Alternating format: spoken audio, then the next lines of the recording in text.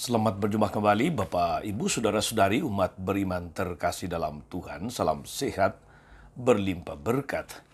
Hari Rabu tanggal 14 Agustus 2024, Gereja memperingati Santo Maximilianus Maria Kolbe.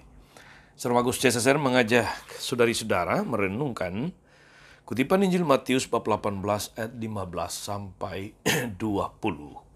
Dalam nama Bapa dan Putra dan Roh Kudus. Amin. Sekali peristiwa Yesus bersabda kepada murid-muridnya, "Apabila saudaramu berbuat dosa, tegurlah dia di bawah 4 mata. Jika dia mendengarkan nasihatmu, engkau telah mendapatkannya kembali.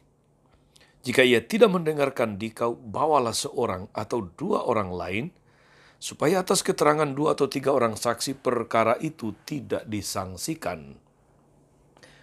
Jika ia tak mau mendengarkan mereka, sampaikanlah soalnya kepada jemaat. Dan jika ia tak mau juga mendengarkan jemaat, pandanglah dia sebagai orang yang tidak mengenal Allah, atau seorang pemungut cukai.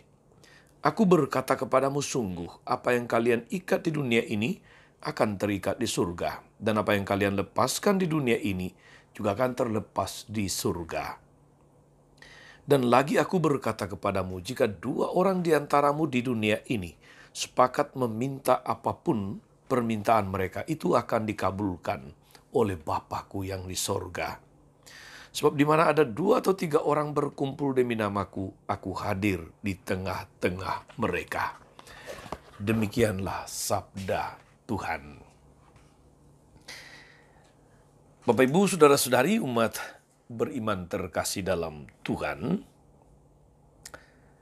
kita manusia memiliki kecenderungan untuk memperbincangkan keburukan atau kelemahan atau kesalahan sesama di tempat-tempat yang tersembunyi atau di belakang-belakang. Malu untuk mengungkapkan pujian atas kebaikannya. Mungkin benar dikatakan demikian bahwa di mana 2 atau 3 orang berkumpul, di situ atau di sana ada gosip yang siap dihembuskan. Apalagi dengan perkembangan dunia teknologi kita sekarang ini, media sosial dan sebagainya, saudara-saudari. Suatu keburukan, sebuah kelemahan, sebuah kesalahan atau kejelekan dengan mudah dibagi-bagikan. Sebaliknya, kebaikan dan keberhasilan tidak sering diwartakan. Saudari-saudara, Yesus dalam Injil hari ini mewariskan pesan yang sangat jelas untuk kita. Yesus tahu betul dalam hidup bersama, dalam kebersamaan dengan keluarga, dengan sesama, dalam komunitas, dalam paguyuban, selalu ada kemungkinan orang bersalah. Selalu ada kemungkinan orang mempunyai kelemahan. Maka setiap keburukan yang dilakukan oleh orang lain tidak boleh diceritakan atau dikisahkan kepada orang lain. Sebaliknya yang perlu dilakukan adalah menegurnya secara 4 mata. Saudari dan saudara umat beriman terkasih dalam Tuhan. Apa yang dikatakan Yesus adalah sesuatu yang sungguh-sungguh mengena dengan pengalaman kita. Sebab kita memang lebih senang, lebih sering, lebih suka membicarakan orang di belakang-belakang, berbisik-bisik ketika melihat dia lewat, atau kadang-kadang kita sengaja membuang bahasa dalam bentuk status di media sosial, sindiran-sindiran atau sinisme yang justru membangun tembok, bukan membuka atau membuat jembatan penghubung.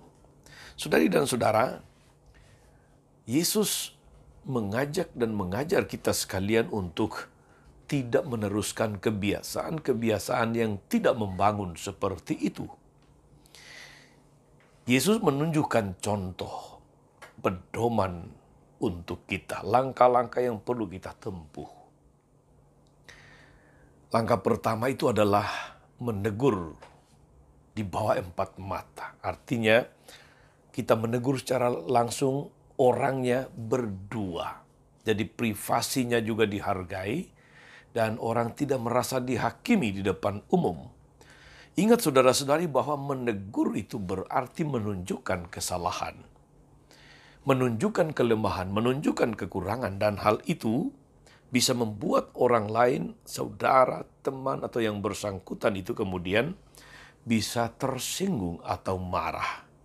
Dan karena itu bisa kontraproduktif. Karena itu Yesus mengajari kita untuk mengoreksi seseorang itu memang membutuhkan atau memerlukan jalan panjang dan berjenjang. Sehingga menuntut kesabaran dan pengorbanan tentu saja. Memang lebih gampang kita langsung menegur dengan kata-kata keras yang tajam. Namun hal itu akan kontraproduktif.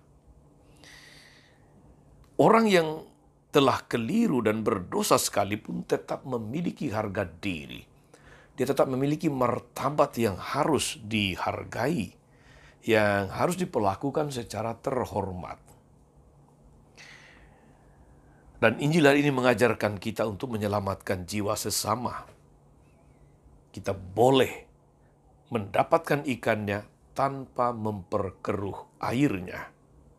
Guna mendapatkan hasil yang sesuai harapan, niat baik pun perlu dibarengi dengan cara yang tepat.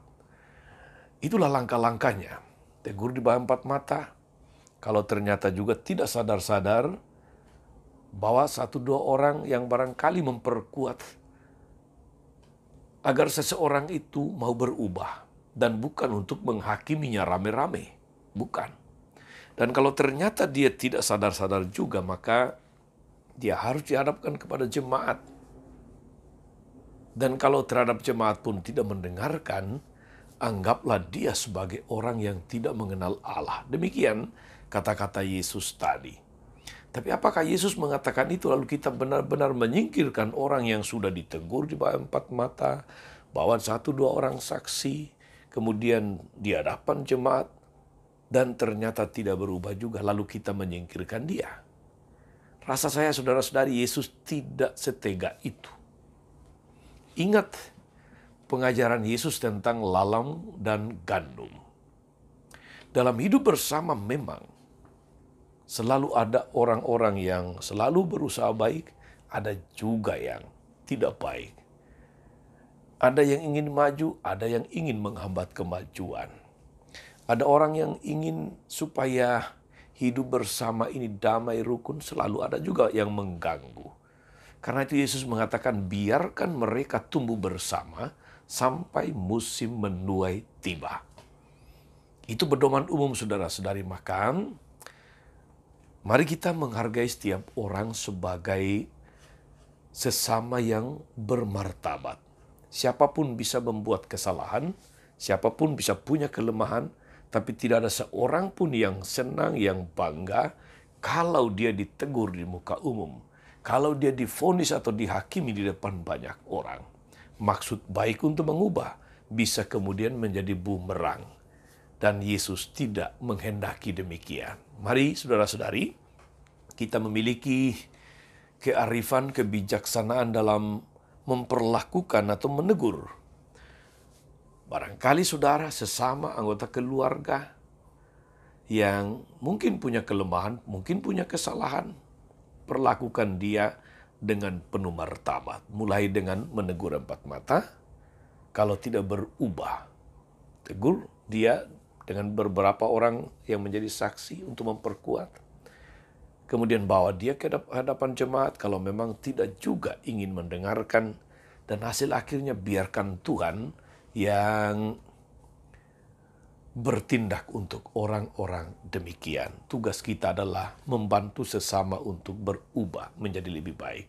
Dan bukan menjadi hakim yang ingin mendakwa seseorang, ingin merendahkan atau mempermalukan orang lain. Tuhan memberkati. Amin. Ya Bapa yang Maha Baik, ciptakanlah damai dan kerukunan di antara sesama manusia. Semoga hati kami dilimpahi dengan kasih-Mu yang sanggup kami bagikan dengan sesama di sekitar kami. Semoga kami senantiasa berbesar hati, supaya kami lebih peduli pada keselamatan sesama tanpa menghitung-hitung apa yang kami dapatkan. Kulah Tuhan dan pengantara kami sepanjang segala masa. Amin. Saudari-saudara sekalian, berkat Allah turun atas saudari-saudara, atas mereka yang kita doakan atau kita janjikan doa, mereka yang sakit dan menderita, segala rencana, karya, dan pelayanan hari ini, Bapa dan Putra, dan Roh Kudus. Amin. Tetap sehat, teruslah menjadi berkat. Jangan lupa like, subscribe, nyalakan lonceng notifikasinya. Salam 52, Tuhan memberkati.